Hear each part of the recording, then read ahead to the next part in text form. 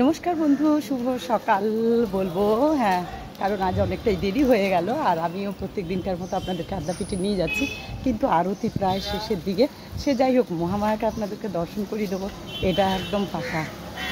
তা চলুন মহামায়াকে দর্শন করতে। আর আমিও বেরিয়ে পড়েছি, আর প্রভুর আশীর্বাদ একবার নিয়ে নিই সবাই মিলে। চলুন প্রভুর আশীর্বাদ নিয়ে নিই চরণে। আর এখান থেকে ব্লগটা শুরু করলাম প্রভুকে দিয়ে, সবাই আশীর্বাদ নিয়ে নিই। চলুন আর দেরি করবো না, কারণ ওখানেও মন্দির প্রায় শেষের দিকে চলছে। আর একবার রোদ দেখুন, প্রচণ্ড রোদ বাইরে। এই যে দেখতে দেখতে পৌঁছেও গেলাম, যদিও আমি সকালে এসে মায়ের পুষ্পাঞ্জলি দিয়ে গেছি, আর নারায়ণের মন্দিরেরও ফুল চাপিয়ে গেছি মায়ের। আর এই যে মন্দির এসে গেছি প্রায়। এই যে চলুন, একবার সকালে আমি এসেছিলাম, এসে আবার গিয়ে বাড়িতে ছেলের জন্য খাবার বানিয়ে তারপর আবার এলাম, কারণ আজকে ছেলে বাড়িতে আছে, তাই একটু দেরি হলো। চলুন, মাকে তো দর্শন করতে পারবো। চলছে, দেখুন সবাই দর্শন করুন।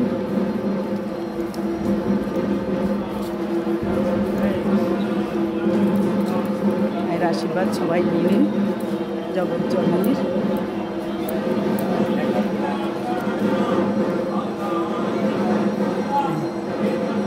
চলছে আদ্যাস্তব পাঠ চলছে,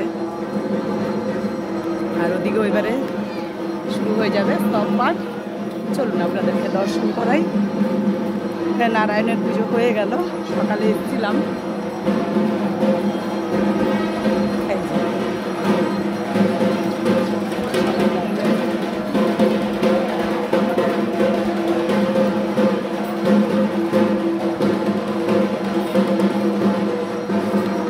আর আপনারাই বলুন, এই দৃশ্যটা দেখে আপনাদের কেমন লাগে? নিশ্চয়ই ভালো লাগে।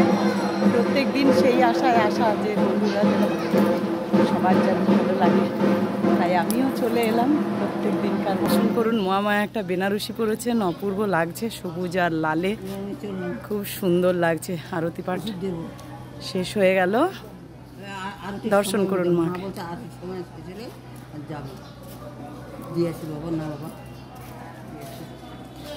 একবার দিলাম তো আজকে, তাই মায়ের আরতি শেষ হয়ে গেল, এবার স্তব পাঠ হবে।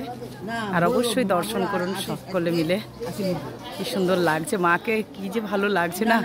সবুজ আর লালের শাড়িতে পরেছেন, ভালো লাগছে মাকে। যারা কাছে আছেন, যারা দূরে আছেন, যারা আসতে পারছেন না, সবাই দর্শন করে নিন মহামায়াকে। অপূর্ব লাগছে মাকে, অপূর্ব লাগছে। এবারে স্তব পাঠ আরম্ভ হবে। তা এখন এইটুকু, নেক্সট ভিডিও নিয়ে আসছি। সুতপা সঙ্গে থাকুন, সঙ্গে।